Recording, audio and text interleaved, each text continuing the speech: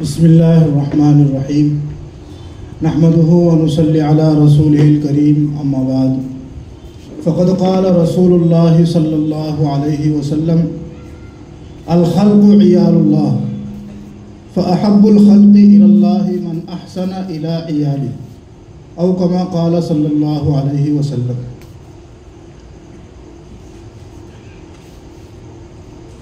فلسطین کی وجہ سے حواس قابو میں نہیں ہیں، اس لیے دو الفاظ اس کے لیے ان العین تدمع والقلب تحزن ولا نقول الا بما يرضى به ربنا وإنا بحالك یا فلسطین لمحزونون۔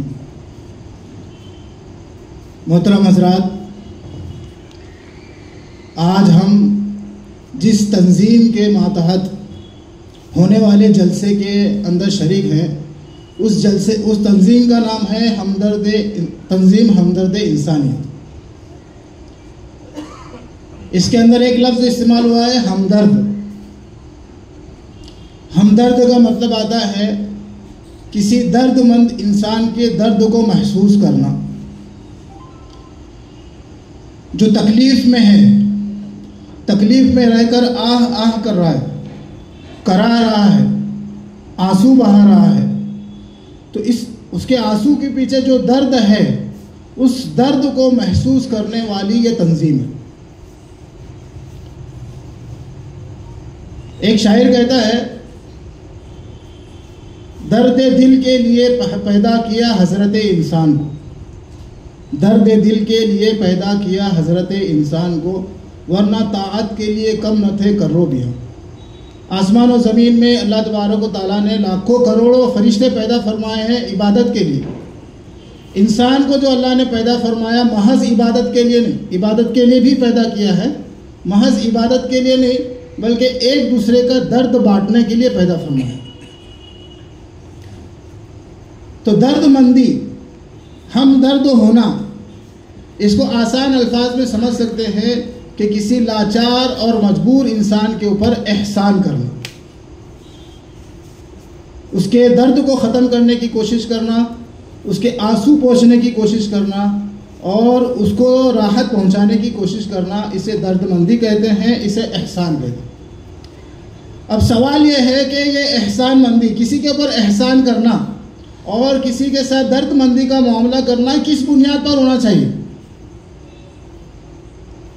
وہ بنیاد اللہ کے رسول صلی اللہ علیہ وسلم نے اس حدیث میں بیان فرمائی کہ انسان اگر کسی انسان کے اوپر کسی کے ساتھ احسان کا معاملہ کرتا ہے تو اس کی بنیاد ہے اللہ کی مخلوق ہونا۔ اللہ کے رسول فرماتے ہیں الخلق عیال اللہ، ساری مخلوق اللہ تبارک و تعالیٰ کے گھر والے ہیں، ساری مخلوق اللہ کا کنبہ ہے۔ فأحب الخلق إلى الله من أحسن إلى عياله، اللہ تبارک و تعالیٰ کو سب سے زیادہ محبوب وہ بندہ ہے جو اللہ کے گھر والوں یعنی مخلوق کے ساتھ احسان کا معاملہ کرے۔ اس حدیث میں اشارہ اس بات کی طرف ہے کہ احسان کا معاملہ کرنا یا کسی کے ساتھ درد مندی کا معاملہ کرنا، اس کی بنیاد محض مذہب نہیں ہے کہ ایک مذہب ہے اس لیے احسان مندی کا اور احسان کا معاملہ کیا جائے۔ ایک قدم آگے بڑھ کر کسی کے ساتھ احسان کرنے کی بنیاد صرف انسانیت نہیں ہے کہ انسان کی وجہ سے ایک انسان دوسرے انسان کے اوپر احسان کا معاملہ کرے۔ اللہ کے رسول اشارہ فرما رہے ہیں کہ اللہ کی مخلوق ہونے کی بنیاد کے اوپر احسان کا معاملہ کرو، یعنی اسلام یہ سکھا رہا ہے کہ جتنی اللہ کی مخلوقات ہیں محسوس کرنے والی، جانور ہوں، پرندے ہوں، درندے ہوں، ہر ایک کے ساتھ اللہ تبارک و تعالیٰ چاہتے ہیں کہ ان کے ساتھ احسان مندی کا معاملہ کیا جائے اور ان کے ساتھ درد مندی کا معاملہ کیا جائے۔ یہ اسلام ہمیں سکھاتا ہے کہ کسی کے ساتھ احسان کرنے کی بنیاد اللہ کی مخلوق ہونا ہے، کسی کے ساتھ احسان کرنے کی بنیاد صرف انسانیت ہے۔ آپ کو ایک مثال میں آپ کو دیتا ہوں، انسان سب سے زیادہ غصے میں ہوتا ہے لڑائی کے وقت۔ جب ایک دوسرے کے ساتھ لڑائی ہوتی ہے، خاص طور پر ایک ملک کی دوسرے ملک کے ساتھ لڑائی ہوتی ہے یا کسی غیروں کے ساتھ لڑائی ہوتی ہے تو انسان بڑے غصے میں ہوتا ہے، وہ دیکھتا نہیں سامنے کون آ رہا ہے۔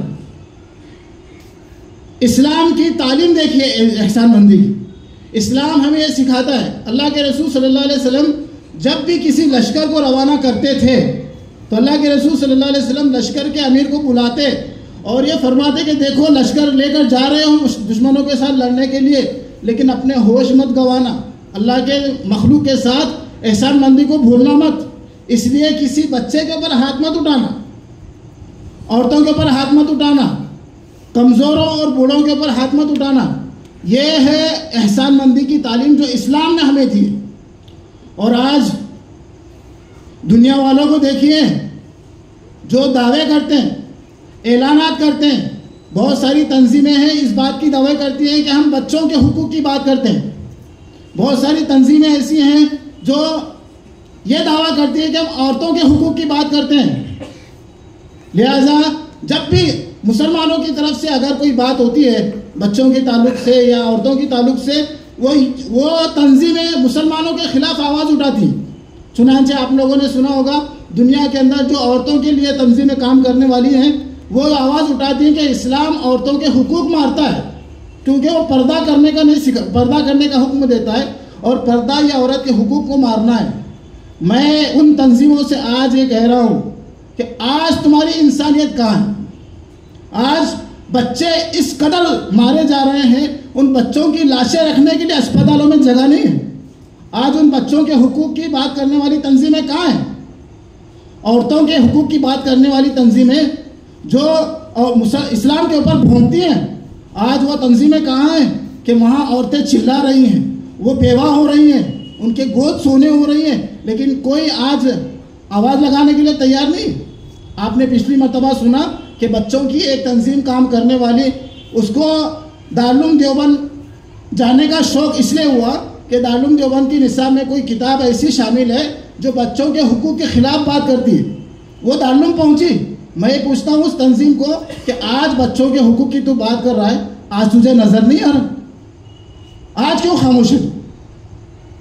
بولنے کا صرف مطلب یہ ہے کہ اسلام نے ہمیں تعلیم دی ہے کہ انسانیت اور اللہ کی مخلوق کی بنیاد کے اوپر تم احسان مندی کرو اور درد مندی کرو۔ اللہ تبارک و تعالیٰ کا احسان ہے ہم مسلمان ہیں۔ اسلام نے ہمیں یہ سکھایا ہے، اسلام کسی عورت پر ہاتھ نہیں اٹھاتے، کسی بچے کے اوپر ہاتھ نہیں اٹھاتے۔ آج دنیا کے اندر سب سے زیادہ لوگوں کے حقوق کی بات کرنے والا اقوام متحدہ ہے۔ جب باری آتی ہے مسلمانوں کی تو مسلمانوں کے ملکوں پر حکومت حملہ کرنے کے لیے ایک اشارہ کافی ہوتا ہے امریکہ کا، لیکن آج اقوام متحدہ کھڑے ہو کر اسرائیل کے سامنے ہاتھ جوڑ رہا ہے کہ بھئی حملے بند کر، حملے بند کر۔ آج تجھے دکھ رہا نہیں کہ اس کے مسلمانوں کے ساتھ کیا ہو۔ تو بولنے کا مطلب یہ ہے کہ دنیا والے ہمدردی جتاتے ہیں مذہب کی بنیاد پر، مسلمانوں کا معاملہ آتا ہے تو ان کی آنکھیں بند ہو جاتی ہیں۔ اسلام ہمیں سکھاتا ہے کہ ہمدردی کرو انسانیت کی بنیاد پر، ہمدردی کرو مخلوق، اللہ کے مخلوق ہونے کی بنیاد کے اوپر۔ اللہ تبارک و تعالیٰ کا فضل و کرم ہے کہ اللہ تبارک و تعالیٰ نے ہمیں مسلمان بنایا۔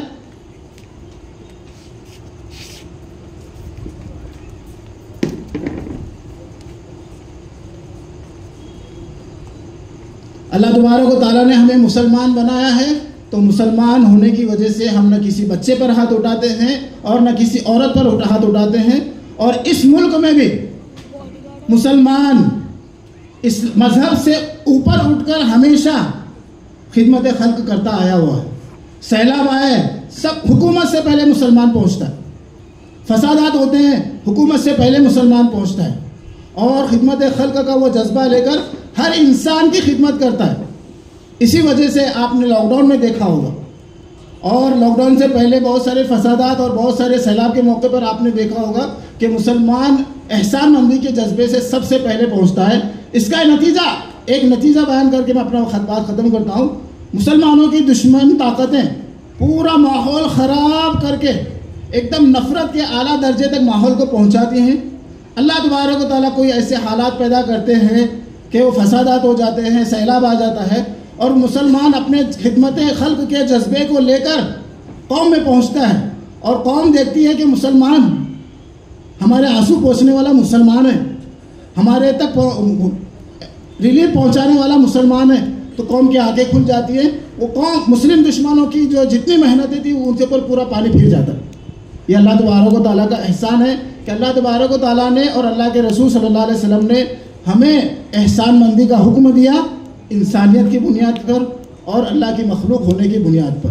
بہرحال ہم اس جلسے میں شریک ہیں۔ اللہ تبارک و تعالیٰ کا احسان ہے کہ مسلمان بہت کرتا ہے۔ یہ دعوے سے میں کہتا ہوں، سینہ ٹھوک کر یہ بات کہی جا سکتی ہے کہ الحمدللہ انسانیت اور اللہ کی مخلوق ہونے کی بنیاد کے اوپر جتنا مسلمان خرچ کرتا ہے اس کا 10% بھی دوسرے لوگ خرچ نہیں کرتے۔ لیکن ضرورت اس بات کی ہے کہ اس کو ایک طریقے سے، ایک ترتیب وار اس کو جو ہے خرچ کیا جائے، لوگوں کے ساتھ احسان مندی کا معاملہ کیا جائے، خدمت خلق کو خدمت خلق کے طریقے سے کیا جائے۔ جو ہمارے بڑے بڑے اکابرین ہیں، جو تجربے کار ہیں، جو اس میدان میں لگے ہوئے ہیں، ان کے تجربے حاصل کر کے اس کام کو کیا جائے۔ تو بہرحال یہ میری ایک چھوٹی سی بات تھی جو میں نے آپ حضرات کے سامنے رکھا۔ اللہ تبارک و تعالی ہمیں خلق خدا کے نسبت پر یا انسانیت کی بنیاد کے اوپر خدمت خلق کرنے کے لیے قبول فرمائے، اور ہماری خدمات کو قبول فرما کر دنیا اور آخرت میں ہم سب کو حقیقی خوشیاں نصیب فرمائے۔ آمین وآخر دعوانا الحمدللہ رب العالمین۔